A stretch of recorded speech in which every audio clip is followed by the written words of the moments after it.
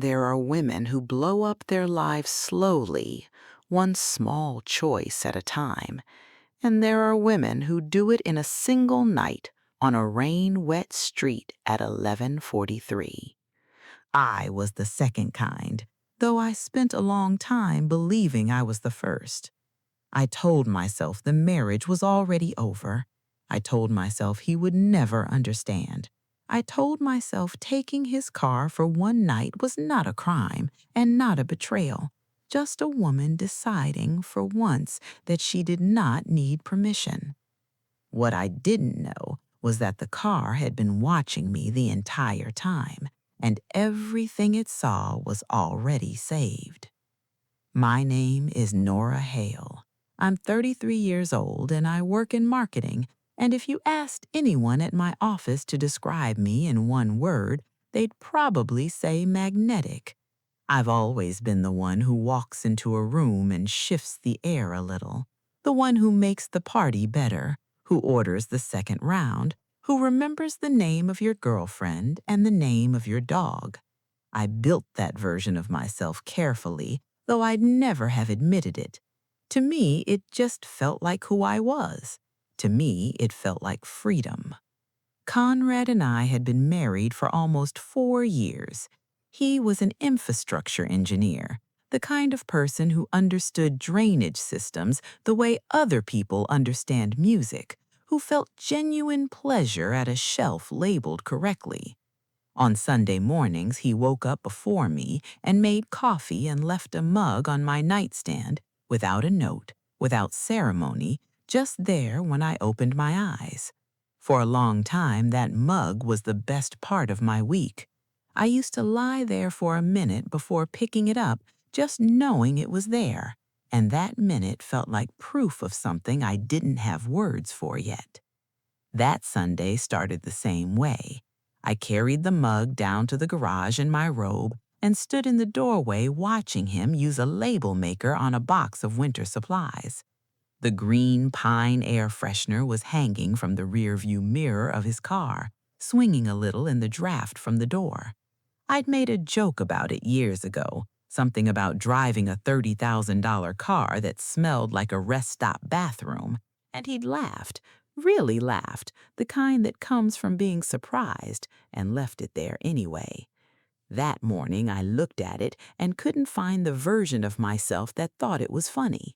I couldn't find a lot of versions of myself that morning, if I'm honest. I asked him what he was thinking about. He told me about a drainage issue on a project in the east end of the city. He was not performing. He was just being Conrad, and Conrad's mind lived in problems he could solve. I said that sounded interesting. He said he'd have it sorted by Thursday. He did not ask what I was thinking about, and I did not tell him, and we stood in the same room for another 20 minutes without that fact becoming visible to either of us. That night, while he watched recorded news upstairs, I went down to the garage and sat in the driver's seat of his car. I didn't start the engine. I just put my hands on the wheel in the dark, and the air smelled like pine and cold plastic, and I thought, he wouldn't notice if I drove away for an hour. I sat there for 20 minutes, then went back upstairs. He asked if I was cold. I told him I'd gone to check the mailroom. It was a small lie. It cost me nothing. I noted how easy it was, and then I noted that I had noted it, and then I went to bed. The colleague's name was Jace Whitfield.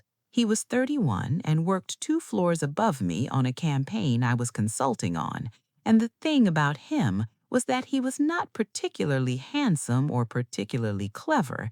It was that he remembered things. 3 weeks after a meeting where I had mentioned in passing that I preferred working on product launches over brand refreshes, he stopped by my desk and asked how the campaign was going, and he named the specific thing I said. I stood there for a second longer than I meant to, recalibrating, the way you do when you've become so accustomed to being half heard that being fully heard feels like a small shock. Conrad never remembered things I said in passing. Conrad solved the problems I stated directly and considered that sufficient. When I came home that evening and found he'd reorganized the entire kitchen pantry while I was at work, new labels, new system, labeled by category and then by size, he walked me through the changes with genuine enthusiasm. It was efficient. It was thoughtful, in the way that a well-organized pantry is thoughtful. I thanked him and went to the bathroom and sat on the edge of the tub for a while, which is what I did when I had something to feel that I didn't want to feel in front of anyone. The Jace started texting me that same week. Nothing explicit, he was smarter than that. He texted me the way a person texts when they're actually interested. Follow-up questions about things I'd mentioned, a link to something that fit what he knew about my taste, a short message at midnight that said only, "Still thinking about what you said about the launch sequence." I put the phone face down after that one and told myself I was just having a conversation with someone who was easy to talk to. The face-down phone was doing a lot of work in that explanation. A few nights later, Conrad was sitting at the kitchen table doing nothing. No phone, no papers. I asked what was wrong, and he said he'd noticed I'd been leaving the room to take calls. He said he wasn't accusing me of anything, but that he'd been thinking about the Tuesday night call that ran 40 minutes, the one I said was Dessa, and he wanted to ask me directly whether something had changed between us. His voice was calm, and his hands were flat on the table, and he looked at me the way he looked at a problem he hadn't categorized yet. There was something almost careful about the way he sat, like he was making himself available without demanding anything, which should have been a signal to me but wasn't. I told him he was counting my phone calls, which was a strange thing to count. I told him it was Dessa and he was welcome to call her. He didn't call. I knew he wouldn't. That hesitation was information, and I had just found its exact shape. He tried again the next morning. He said he'd move the Peterson dinner, the one we'd had on the calendar since March, if I wanted to take that weekend trip I'd mentioned back in February. He said he'd been thinking it over and that he understood he sometimes got too locked into what was already scheduled. He was offering something real, which was not nothing, and I filed it under too late and left for work. The trip he was offering was the same trip I'd stopped wanting 2 months ago, and the gap between when I stopped wanting it and when he offered it was, I thought, the whole story. By that point, the list I'd been keeping in my head had more items on one side than the other. Not that I would have called it a list. I would have called it clarity. Dessa sent me an invitation that evening. A new rooftop bar called Tilted was opening. Girls' night, 3 weeks out. She added a line that said I needed a night that was just mine. I read it and felt something come loose in my chest, the way a window opens in a room that's been shut for too long. And I did not ask myself what that feeling was a warning about. The micro shift started quietly that week. I began wearing my hair down at the office. I started leaving 10 minutes later in the mornings. I checked my reflection before leaving the building, which I hadn't been doing. I told myself it was unrelated to anything. The lie was getting easier to maintain, which meant I was getting better at lying, which was a thing I chose not to examine. Conrad made coffee every morning and left it on the nightstand. I drank it and watched the ceiling and could not decide whether that was love or just routine, and somewhere between those two things, I had stopped being sure they were different. The night at Tilted was real, and for a while it was everything I needed it to be. I knew the bartender by name before we'd been there an hour. I arranged the group photos. When I talked, people leaned in, and the tagged stories were accumulating on my phone and on everyone else's. And there was a specific kind of pleasure in being the center of a night that was going well. Not performing, or so I told myself, just being fully myself for once. The distinction mattered to me then. I'm less sure it was a real distinction. Jace arrived around 9:30. Dessa's face when he walked in was not quite surprised. I didn't question it. The night was mine and he was in it, and that was the entire logic. By 11, I was not ready for it to end.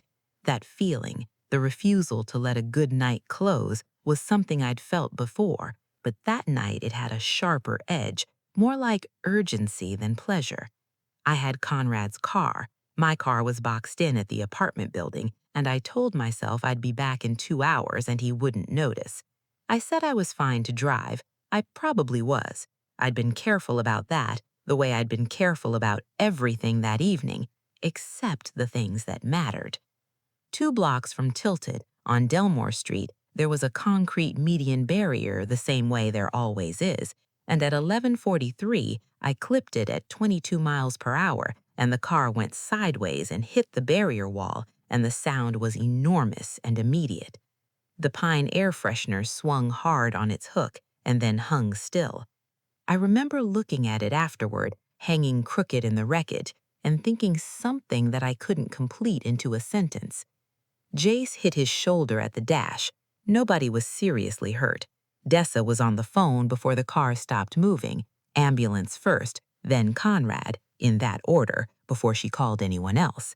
I would tell her later that the second call was a betrayal. She would not apologize, and when I tried to explain why it hurt, I couldn't find an argument that held up. Conrad arrived at the hospital looking the way he looked when he was managing something. Calm, sequential, efficient. He didn't look at Jace. He didn't introduce himself. He asked the attending what the discharge timeline was, photographed the insurance documents on his phone, and asked one specific question about the dash cam SD card. The lot worker told him it could be retrieved with the vehicle. He nodded once and didn't follow up on it in front of me. In the car on the way home, he was silent for 10 minutes, then said without looking at me that he was glad I wasn't hurt.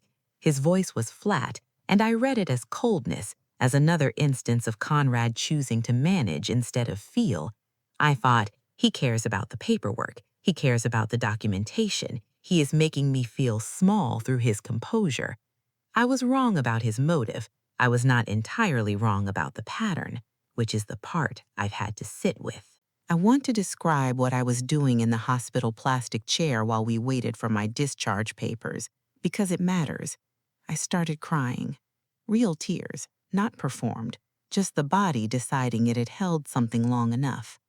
Dessa saw it. I stopped in 4 seconds and said I was tired. She didn't say anything. She had seen the 4 seconds and she understood what they were, and so did I, and neither of us mentioned it, because mentioning it would have required me to stay inside it, and I wasn't ready for that. Conrad asked once, during the hospital wait, whether Dessa had been with me the whole night. His voice was still even. He had one hand on the insurance documents and one on his phone, and his thumb was resting near the camera app without pressing it. I said she had. He said okay. He did not mention the dash cam that night. He noted it and said nothing, and those two things are not the same. 4 days after the crash, I came home and found Conrad sitting at the kitchen table with nothing in front of him. No phone, no paperwork. His coffee had gone cold. I asked what was wrong, and he said he was tired. And I asked tired from what, and he said he wasn't sure. He was simply sad, the way a person gets sad when something they built has been damaged and they don't yet know how to assess the damage. He was not performing. He was not doing the silent treatment. He was a man whose entire emotional architecture ran on solving problems, sitting with a problem he had no framework for solving, and for a few seconds, I almost understood that. Almost. I told him we should order food, and he said sure. I would understand later what that conversation actually was. At the time, I read his flatness as passive aggression, and his silence as an attempt to make me feel guilty, which was an efficient way of not having to think about what I'd actually put him through. Conrad's mother came to the apartment 3 days after the crash because Conrad asked her to come. She said she wanted to collect a box of family photographs from the storage closet. She accepted nothing I offered, not tea, not water, not a seat. She picked up the box, and at the door she looked at me once and said that Conrad was a person who did not do things halfway. Then she left. The sentence she didn't say occupied the apartment for the rest of the afternoon. I called it meddling to myself because calling it a warning would have required me to take it seriously. I went to the impound lot that week to retrieve my sunglasses from the car. The lot worker mentioned that the dashcam SD card had been picked up 2 days ago by the registered owner. He showed me the log. Conrad had signed for it. I drove home and sat in the garage of the loaner car and looked at the bare hook where the Pine air freshener used to hang and understood that something had already been decided that I wasn't included in deciding. The hook looked smaller without it. I don't know why I kept noticing small things like that. That evening, Conrad came home with a manila folder. He put it in the locked drawer of the filing cabinet, his drawer, the one that had always been his, the one with his passport and his own insurance papers. He didn't hide the fact that he was putting something there. He did it in the kitchen where I could see him from the hallway. I asked what was in it. He said things he'd been meaning to organize. I told myself he was being dramatic. I watched him close the drawer and heard the lock click and told myself it was nothing. I called Dessa that night and told her I was worried about what Conrad might be doing. She was quiet for a moment, a specific kind of quiet, the kind that has weight. Then she said, "Nora, I need to tell you something about what I told him the night of the accident." I didn't call her back for another day, which tells you everything about where I was with myself at that point. 2 days later, I stood in the kitchen and told Conrad I was sorry about the car. I made eye contact. My voice was steady. I meant, I am sorry the car was damaged. He heard the beginning of something larger, and his face opened a little. I saw the relief in it, and I felt the relief myself briefly, the way you feel ground under your feet. I didn't follow the apology with anything real. He waited. I started talking about dinner. The window closed. I watched it close and did not reach for it. I visited my sister Simone the following week and gave her a version of events that put the girls' night as overdue, the accident as bad luck, and Conrad's behavior since as cold and controlling. She listened the way she always listens, without empathy, without rushing to say anything. Then she asked whether someone had been in the car with me. I paused 1 second too long. She said she didn't need me to answer that. That pause has a specific weight, and I still think about it. Conrad left for work one morning with a manila folder in his bag. I watched him from the window. He didn't look up at the building on his way to his car. He used to. I called Dessa and she picked up this time and said she couldn't keep being in the middle of this. I said I understood. I didn't call her back for a while. I found out he'd been to a legal office on a Tuesday afternoon when I drove past the building on an errand I hadn't needed to run and saw his car outside. I sat across the street for 20 minutes. He didn't come out while I was there. I drove home and made dinner, and he ate it and thanked me, and the thank you landed like a door closing quietly, the kind of door that doesn't slam because the person closing it has already decided there's no point. I posted a statement on my social accounts that evening. I wrote it carefully, something about going through a hard time, needing space to process, not feeling seen for a long time. I was the subject of every sentence. I did not mention the car. I did not mention Jace. The post went up at 7:42. Within 4 hours, it had 147 likes and 11 comments from people who said they were here for me. 3 of those people were in our mutual social circle, and I knew before posting that they would see it. I told myself I was just sharing my experience. I knew on some level that I was also moving pieces on a board, and I filed that knowledge where I filed most things I didn't want to examine. Conrad came home, opened his phone, and asked me to take it down. He was specific. He said I was building a public story before the actual story had been addressed between us. He said he was not accusing me of anything, but that he needed me to understand that a documented public record of a private situation filed during an active insurance claim was something he couldn't ignore. He asked again. I said I had the right to my own experience. I added a comment under the post saying I was overwhelmed by the support. 6 people from our mutual circle saw the post and the comment within the hour. and I knew that, too. He stood in the kitchen for a moment after that. Then he asked me one question quietly. If I needed to be seen, why hadn't I told him what I actually needed instead of performing it for strangers? The question was not rhetorical. He waited for a real answer. I have thought about that question many times since. I don't have an answer that doesn't make me look exactly the way I looked. I cried. I said I couldn't believe that his response to my pain was conditions. I said I had been suffocating in this apartment for 2 years, and he was worried about how the story looked. I said he had never seen me as a person who needed something she hadn't already organized into a format he could manage. All of this was the closest I had ever come to the truth, and it was also the last true thing I offered him. He sat with it. He nodded once. He stood up and said he would handle things properly from here. He went to the bedroom, and the door closed without slamming. 7 words. The tone was the content. I went back to the impound lot one more time that week. The car had a legal hold on it. The lot worker started to say I could contact the registered owner, and I began to say that I was, and stopped. I was not the registered owner. The car had never been mine, and that detail, which I had never examined before, landed now with a specific kind of weight.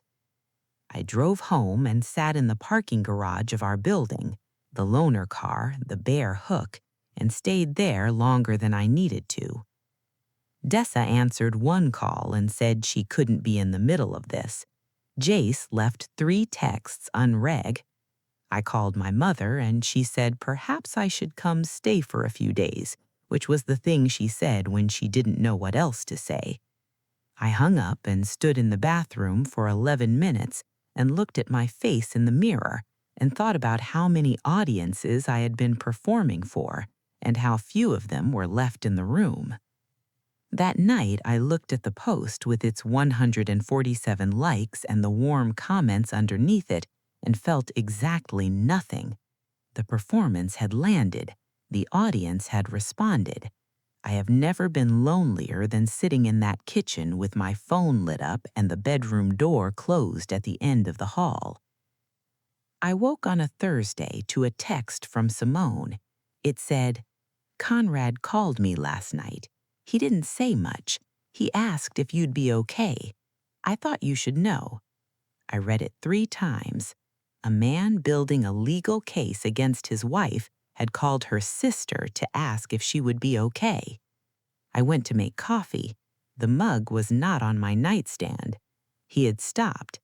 I don't know when it stopped. I hadn't noticed, which was maybe the most honest thing about the whole situation. The papers were served at Simone's apartment doorstep on a Tuesday afternoon.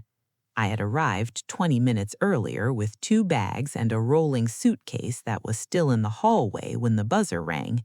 Simone opened the door. The process server handed the envelope directly to me, and Simone stood in the hallway behind me with her hand over her mouth and said nothing, which was right because there was nothing to say. I stood there holding it, and for a moment it felt like something from someone else's life, except for the specific weight in my hands. The document was a divorce petition with temporary financial orders, joint accounts restricted to bill payment only, car lease and insurance costs deducted first, an attached exhibit of itemized damages. The first hearing was 6 weeks out. The first page used words I had never had applied to my life before: respondent, marital property, documented misconduct. I read the first page twice and put it face down on the hallway table. The exhibit referenced the dashcam footage, 14 hours of it, the parking receipts, time-stamped at venues I had not mentioned to Conrad, the police report from the crash listing the time and the location and the passenger, a screenshot of my social media post cited as evidence of public misrepresentation during an active insurance claim. Dessa's call to Conrad on the night of the accident, logged by time. He had documented everything. I had built nothing. I called 3 people from our mutual social circle that afternoon. The first said she had seen the post and thought something might be happening. The second didn't answer. The third, a woman who had known both of us since before the marriage, said she hoped I would get some support. She didn't say she was on my side. She didn't say she believed the post. She said I hoped I would get some support, and the things she left out of that sentence told me everything I needed to know about how the story had already landed, without me. What followed was not dramatic. It was just logistics, and logistics has a specific way of teaching you what you actually own. The apartment lease was in Conrad's name only. I had never looked at it that closely in 7 years of living there. I had 4 bags and Simone's couch, which had a support bar in the middle that I felt every morning around 4 a.m. My direct deposit rerouted to a personal account I hadn't looked at directly in 3 years because the joint account had always covered what I needed. The personal account balance was not enough. I made a spreadsheet on a Sunday, and it was educational in a way I would have preferred to avoid. Dessa texted once, 11 days after the papers were served, to say she hoped I was okay. Nobody from the girls' night suggested another evening. Jace Whitfield transferred to the firm's other office 3 weeks after the accident and sent me a professional email with his new contact information and wished me luck on my projects. I have not replied to it. He was a man who made me feel real for a season, and when the season became a legal matter, he found a reason to be elsewhere. I understood it. I had known, at some level, what he was. Not love, but evidence. Proof that I still existed. That proof is now sitting in a legal exhibit. At the insurance adjuster's office, in a beige waiting room where a water cooler made a sound every 4 minutes, a man named Marcus Webb handed me a plastic bag with the personal effects from the car. The green pine air freshener was inside it. It still smelled. I put it in my coat pocket and took it to Simone's apartment and set it on the windowsill, and didn't explain it to her, and she didn't ask. Some things don't need explaining to the right person. Here is what I thought I believed, that being seen was the same as being free, that the marriage was what was making me invisible and the night was what was making me real. What the documents proved was narrower than that. The night made me documented. Documentation is not freedom, and freedom, whatever I thought it was, is not the same as being well. What remains is an apartment I am not allowed to enter, a friend who has not called, a man who asked my sister whether I would be okay and has not asked me anything since, a spreadsheet I make every Sunday because I have to, and a couch with a bar in the middle that I feel every morning at 4 a.m., which is when I do most of my honest thinking. I am undeniable now in every room I walk into. There is a legal document that says my name 11 times. The air freshener sits on Simone's windowsill, and the apartment smells like a rest stop bathroom, and I genuinely cannot tell yet if that is funny. Closure snapshot, 14 days later. Simone made eggs on a Wednesday morning without asking whether I wanted them, and I ate them at her kitchen table and didn't say much. The hearing date is circled on a printed calendar she taped to the fridge. Her idea, not mine, because she said I needed to see it every day, and I didn't argue with her. Jace's lawyer sent a preliminary document request that arrived by email, impersonal and thorough, 3 pages long. I forwarded it to an attorney I found myself, which was the first decision in this entire sequence that was only mine, made without asking anyone and without performing certainty I didn't have. Dessa called the night before I went to that first attorney meeting, not to apologize, just to say she hoped it went okay. and I said it would, and we both knew neither of us was sure. Jace's transfer confirmation came through the company intranet, and I read it once and closed the tab and didn't open it again. The Pine air freshener is still on the windowsill. Some mornings I walk past it without seeing it. Some mornings I stop. I don't know yet which mornings are the honest ones, but I think I'm getting closer to knowing the difference.